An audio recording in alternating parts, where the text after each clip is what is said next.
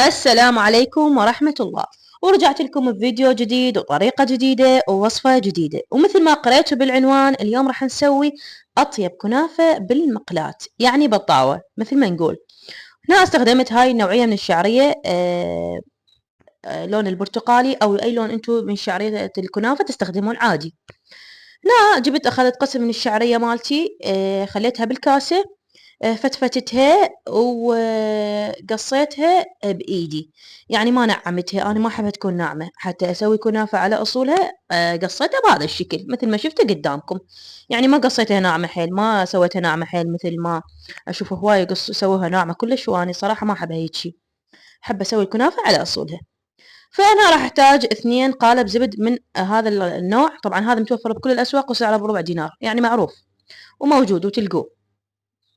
أضيف على الشعرية بهذا الشكل، طبعا ذوبته على نار هادئة، أه وخليته على الشعرية هذا الشكل. وهسه راح أحركها حتى كل الشعرية مالتي تمتص الزبد اللي ضفته، هاي الطريقة. ورجاء لا حد يقول لي ليش ما تلبسين جفوف، ما أقدر ألبس صراحة، ما أعرف أشتغل بيها أبد، نهائيا ما أعرف أشتغل بيها. وأنا دا أسوي البيت، يعني ما دا أسوي غير مكان، فدا أشتغل غير شي لا، لازم كفوف أو جفوف. فهنا حبايبي مثل ما شفتوا جبت الطاوة ومسحتها بالزبد، الزبد اللي بقى ضفته على الشعرية، مسحته بالطاوة. هسه راح نسوي أول طبقة من الشعرية هذا الشكل. لا تسووها طبقة ثخينة، سووها طبقة وسط، لا ثخينة ولا خفيفة، نفس الوقت. شوفوا هذا الشكل، خليت الشعرية. وهسه بعد ما خليت الشعرية الطبقة الأولى أجي أسوي الحشوة عندي ملعقتين كبيرة من النشا، ملعقتين من السكر أو الشكر، وراح أضيف أيضا عليهم ملعقتين باودر من الحليب. وآخر شي راح أضيف كوب ونص من الماء الفاتر، طبعا هذا النص الثاني. هسه أحرك على البارد قبل ما أخليه على النار تتجانس عندي المكونات. وطبعا ما أنسى أضيف ملعقة صغيرة من الفانيلا، وأحرك على البارد.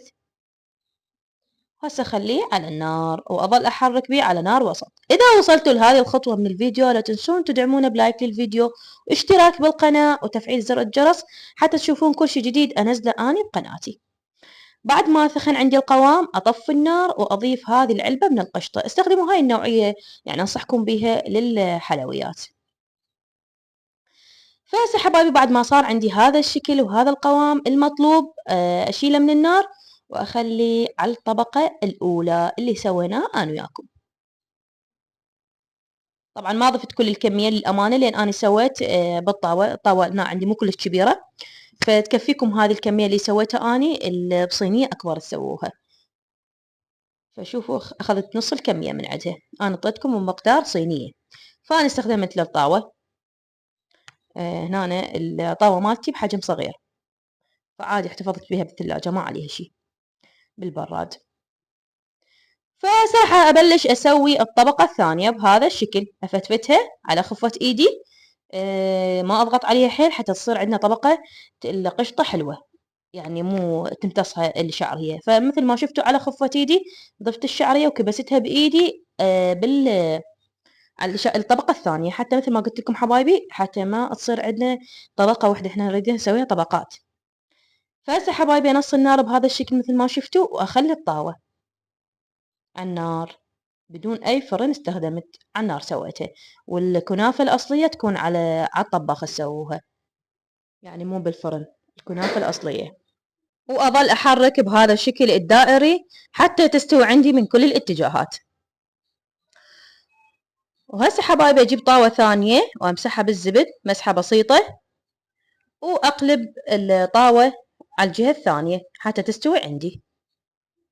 هاي الطريقة أقلب الطاوة بالطاوة الثانية حتى تستوي عندي من الاتجاه الثاني، ونفس الحركة هم أظل أحرك بها بشكل دائري. شوفوا لها شلون استوت من جوا هذا الشكل. مجرد 10 دقائق لا ربع ساعة كلش كافي تستوي عندكم. هسه صارت عندي جاهزة وراح أقلبها بالماعون صحن التقديم. هذا الشكل. طبعا هنا بعد ما شوية بردت عندي، وهذا شكلها بعد ما قلبتها بصحن التقديم وصارت عندي بهذا الشكل الجميل. راح أضيف عليها مباشرة القطر وهي حارة. طبعا لازم القطر يكون بارد. وحبايبي طبعا المقادير كلها راح تلقوها بصندوق الوصف. وزينتها بالورد المحمدي، تقدرون تزينوها بالمكسرات، أي شيء انتو تحبوه. أنا أحبها تكون بهذا الشكل. وصارت عندي جاهزة. إن شاء الله حبيتوا الطريقة وعجبتكم. لا تنسون تدعمونا بلايك للفيديو، اشتراك بالقناة، وتفعيل زر الجرس. طبعا هاي إذا كنتم ما مشتركين. وقصيت قطعة وراح أشوفكم إياها من الداخل. شوفوا لي إياها ما شاء الله، صارت وياي كلش طيبة والله العظيم، ما أحكي لكم على الطعم. كلش كلش طيبة صارت وياي. جربوها على طريقتي وما راح تندمون أبد. عبالك مشتريها جاهزة من الأسواق، والله العظيم من المحلات عبالك مشتريها جاهزة. ما أحكي لكم على الطعم. جربوها وكتبوا لي بالتعليقات. وبالطاوة وبدون فرن وبس يا حبايب. إن شاء الله حبيتوا الفيديو، وألف صحة وعافية علينا وعليكم يا رب.